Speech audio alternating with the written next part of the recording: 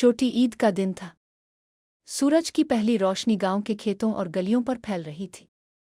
बच्चे सुबह से ही खुशी के मारे उछल कूद कर रहे थे। ख्वातीन खुशबूदार कपड़े पहनकर तैयार हो रही थीं और मर्द अपने बेहतरीन कपड़े पहनकर नमाज ईद के लिए तैयार हो रहे थे।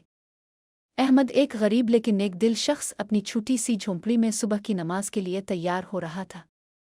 इसके पास नए कपड़े नहीं थे, लेकिन दिल से वो ईद के दिन सब के लिए खुशी चाहता था। इसने अपनी छोटी सी बचत में से थोड़ा सा खर्च किया और गांव के बच्चों के लिए मिठाइयाँ खरीदें।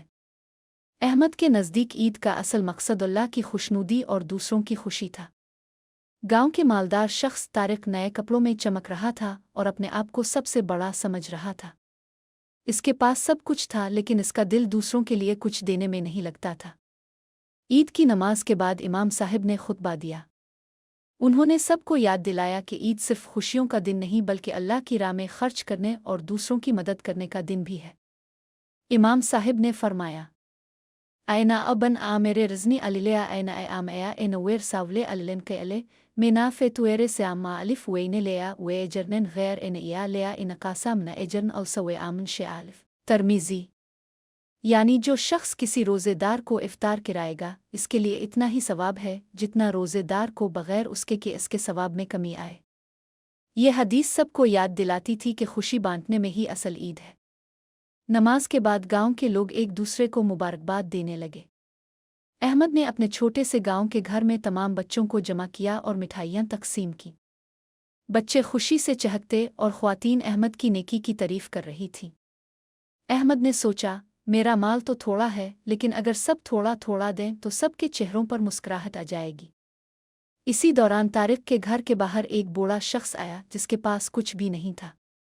तारिक ने इसे देखा, लेकिन दिल से कुछ देने की बजाय वो पीछे हट गया।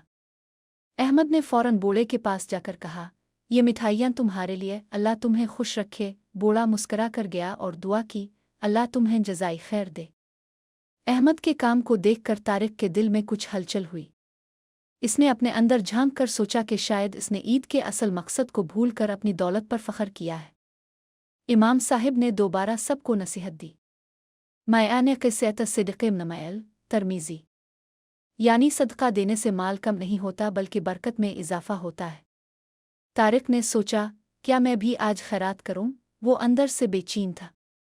फिर इसने अपने घर की बड़ी तन्नूर से गर्म रोटियां निकाली और अहमद के घर के बाहर रख दें ताकि वो लोग जो भूखे हैं उन्हें मिल जाए।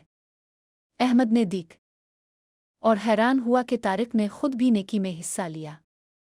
अहमद ने मुस्करा कर कहा, यही ईद की असल खुशी है। गांव के लोग देखकर खुश हुए। वो समझ गए कि दौलत से बढ़कर दिल की सखावत अहम है। अहमद और तारिक ने मिलकर फैसला किया कि हर ईद पर वो दोनों ज़रूरतमंदों की मदद करेंगे। इस दिन गांव के सब लोगों ने न सिर्फ खुशियां बांटें बल्कि अल्लाह की राह में नेकी भी की। बच्चे हंसते, बुजुर्ग दुआ करते और ख्वातीन अपने हाथ की बनी मिठाई बांट रही थीं।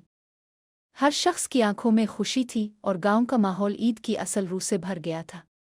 चंद दिन बाद तारिक ने महसूस किया कि इसके दिल में सुकून बढ़ गया है और माल में बरकत महसूस हुई। वो अहमद के करीब आया और कहा, मैंने आज समझा कि ईद सिर्फ दौलत से नहीं बल्कि दूसरों की मदद से खुशी है।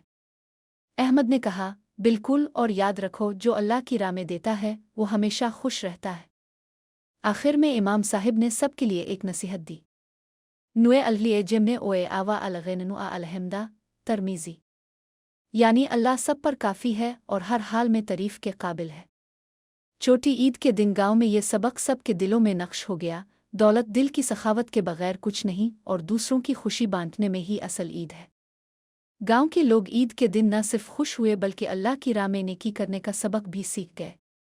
और अहमद और तारिक दोनों ने फैसला किया कि हर साल ईद के दिन वो सबसे ज़्यादा ज़रूरतमंदों की मदद करेंगे ताकि हकीकी ईद का मज़ा सबको मिले।